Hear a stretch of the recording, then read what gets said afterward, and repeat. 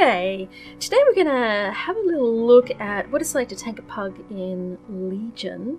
Now, this is mainly for, I guess, new tanks, people who perhaps haven't pugged in Legion. They're kind of wondering maybe you've had experiences before, or maybe you've never tanked ever, kind of thing.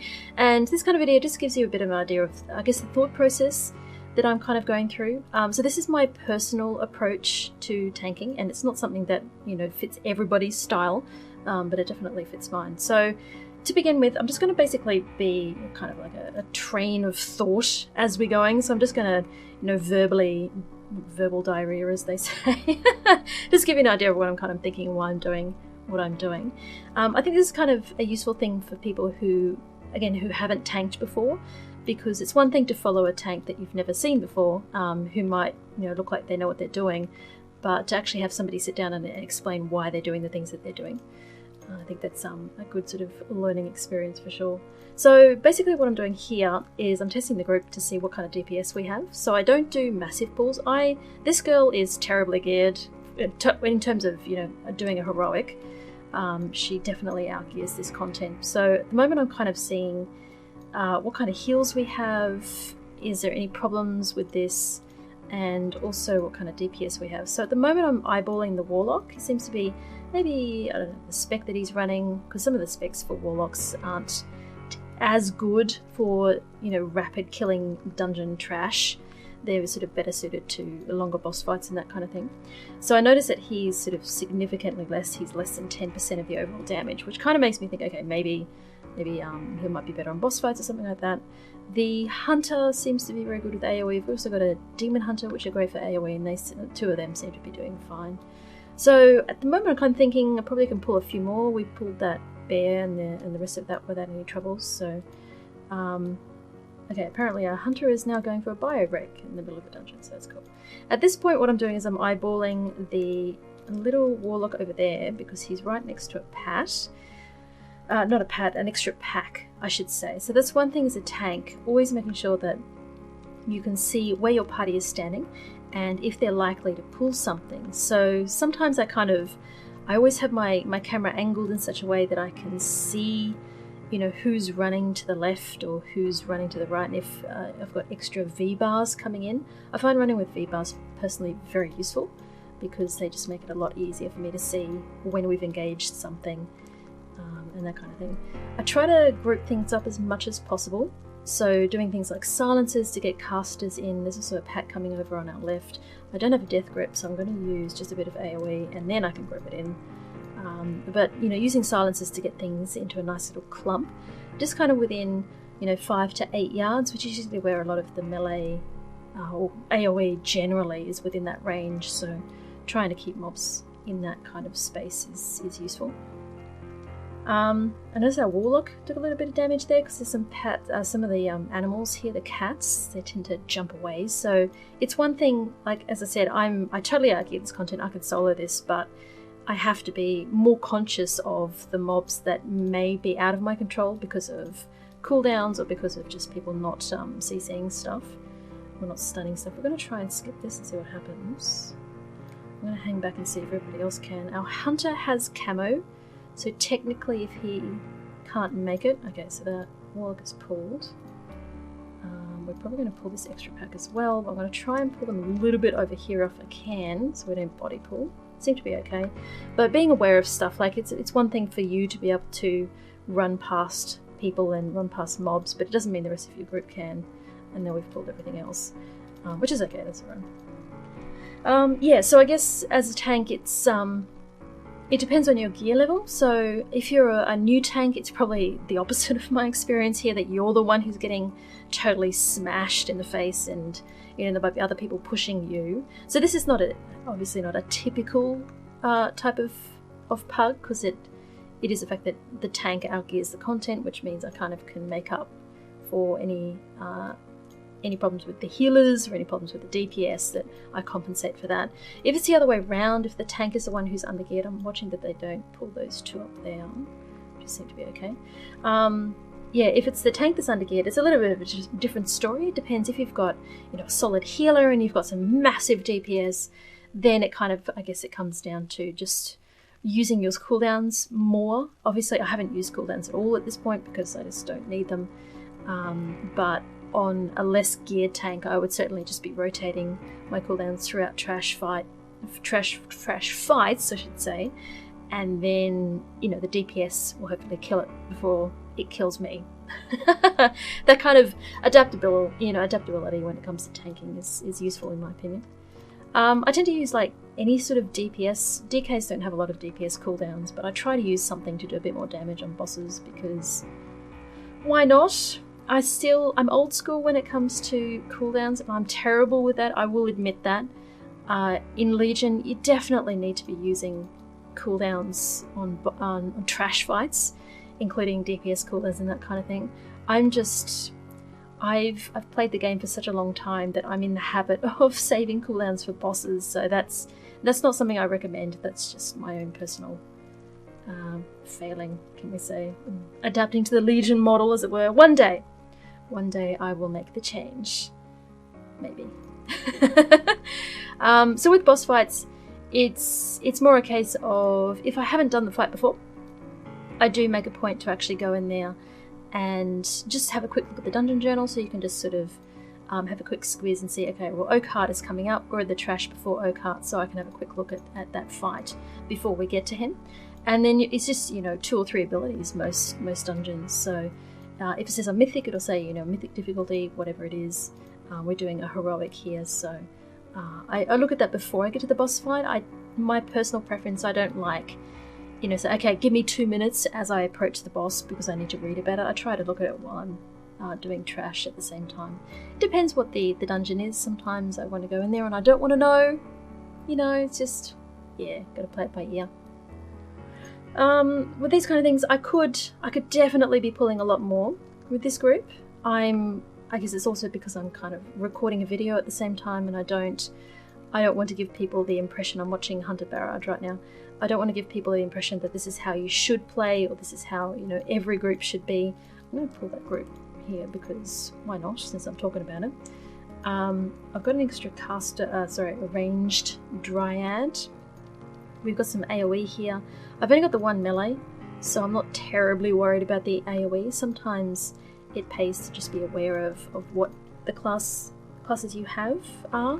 So if you're heavy in ranged and you know that you're going to survive an ability as a tank, which is typically, it's a pretty typical occurrence that as a tank we can survive more than DPS. It makes sense. So if I don't have any melee, I will, I'll stand in mushrooms or that kind of thing, because one, it means that I don't risk pulling mobs out of the range of, a caster. That casters sometimes have a habit of standing really far back from the group. So I try to be wary of that so that I don't go, oh, okay, we're going to, run down here. Oh, look at us go. And then suddenly I'm out of range of Barrage, or I'm out of range of, Mage's cast, or the poor little Warlock that's trying to dot everything. So I guess, it's trying to be as courteous as I can be. I do have to, obviously with this group, because I do have a Demon Hunter, I just have to be a little bit conscious of things that affect AoE. AoE that affects melee, I should say. We're going to push this group a little bit with this one because we've definitely got the skill for it. We've got the gear, I should say. I'm going to pull everything. So this is not something that I would do on a new tank, unless I had a really good healer. Then I would definitely go for that. There's one over there, but he's a bit too far away, so I'm not going to bother. The Dryad is off by herself because that's what she wants to do. She's a loner. She's a wallflower. We're not going to judge. We're just going to let her do her thing. I'm hanging out here so I can grab this patch, which I'm going to do now because I'm a DK. That's what we do. It seems like I still have aggro. I'm watching the V-bar, so as soon as a V-bar goes red, I don't care where it is. If it's more than about 10%, or actually if it's more than about 30% health, I will go over there and taunt it or hit it or something to get threat. If it's kind of something that's going to die very shortly, is going to die before somebody else gets killed, then I don't bother. That becomes a bit of a judgment call. If you haven't tanked and you're not familiar with that, just experiment a bit. If you sacrifice a few DPS along the way, for science or something. Again, I've got a cooldown that I'm going to use. Familiarity with this boss fight, I know that I have to face him away because he does a frontal breath. That comes from having done it before and also having read the dungeon journal, that kind of thing. So there are some, as a tank, there are some fights where you have to be kind of conscious of which direction you're facing the boss. Other ones, it can also be things that are going to happen to you. So Oakheart is sort of something where he does this crushing grip thing.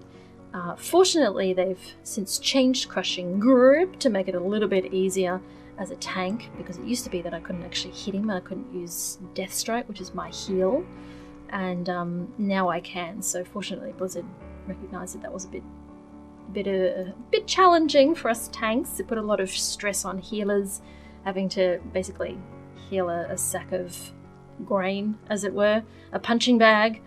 Yeah, so that kind of stuff. I've had to, since change the way that I approach this boss because Blizzard has changed the fight. Again, being adaptable, I think is important as a tank. I'm trying to pick up the pace a little bit. What we might do is a bit of a crazy pull. I'm actually going to try and pull as much as I can, but I have a feeling that I'm going to lose healing aggro, so I'm going to be ready to actually turn around and pick up everything that turns red. But what I'm actually hoping to do right here is a big pull. And fortunately, amazingly, nobody actually went in there and hit everything, which is awesome. I'm getting punted a lot because that is the way of DKs. But with our DPS, that actually worked really well.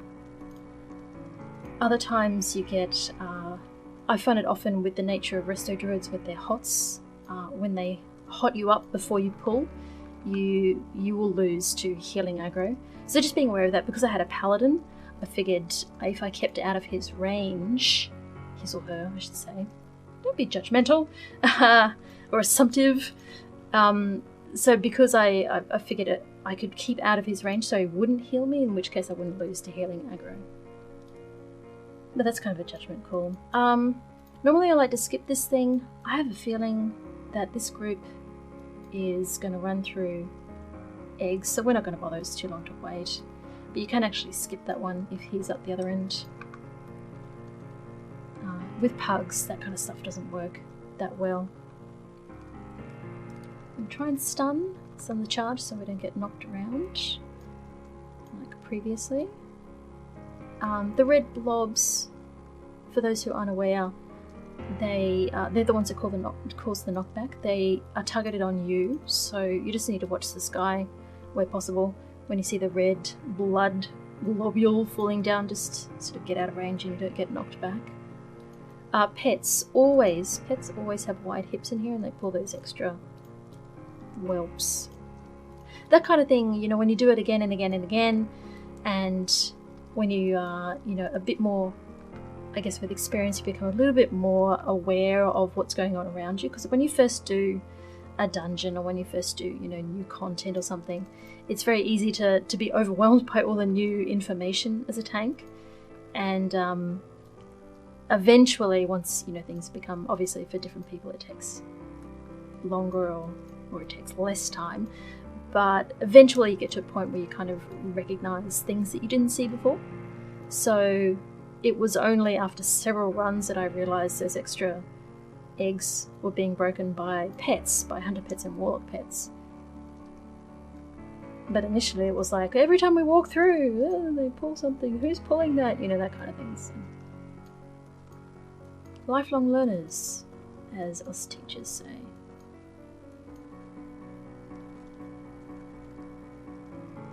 This particular fight is really, because I've got a melee, I don't need to move that much because the hitbox of that boss is big enough that you actually technically don't need to move. You can actually stand outside the falling rocks and not get hit by the... Ooh la la! As it were.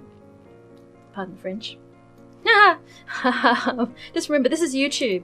If you haven't been in my Twitch live stream, I have a bit of a potty mouth. It's like the one and only place where I can. I try not to do that in YouTube, so I will hopefully remember to bleep that out. If I don't, I apologise.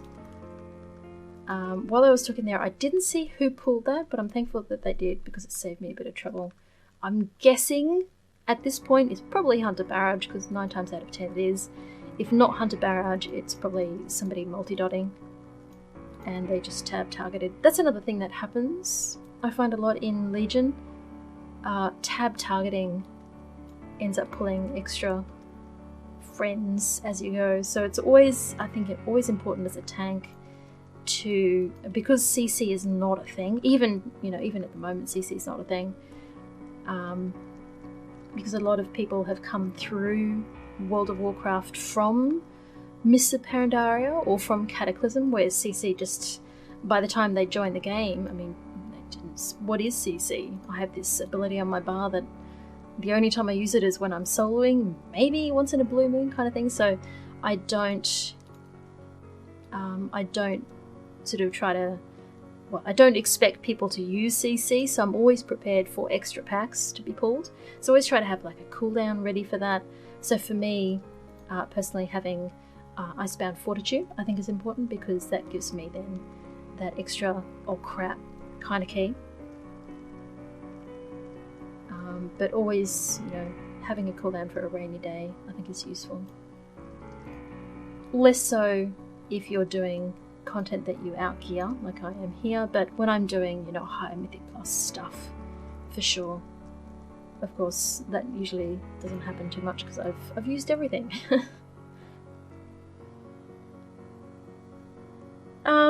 So I guess overall, with this dungeon, I'm guessing that our little warlock, he's 785. Okay, so based on his DPS, his or her, everybody's a man. No women play WoW. What are you talking about, you crazy woman? With the warlock, he's obviously undergeared. I'm going to share that with you. So he's not doing too well. So hopefully he's got some loot out of this. But at the same time, it doesn't matter. Nobody commented on the fact that he's doing less than 10% of the DPS. And, that's totally fine. Because we've got other people who are doing a crap ton more than they should be in a heroic. So it kind of balances out. I guess it's nice to be not elitist when it comes to doing, pug content. When I run with people that I know, I'm probably a little bit more, I guess, maybe a little bit more judgmental. Like, I know you, we've done this before. Why are you still doing this? Same problem. But in a nice way, I'm all for people learning from their mistakes. But when it comes to pugs, people have to, I think, basically, they'd have to run around like under a Seren. I'm about to get feared. No, oh, no, we can't share that. Like under Seren, if you have, I had a boomy once that literally ran around the outside, and pulled every single egg. I'm like, why did you do that? And he died instantly, but it was alright for me because I could definitely tank all of those, but it was kind of like, why? Why did you do that? But hopefully, you hopefully found something useful in there.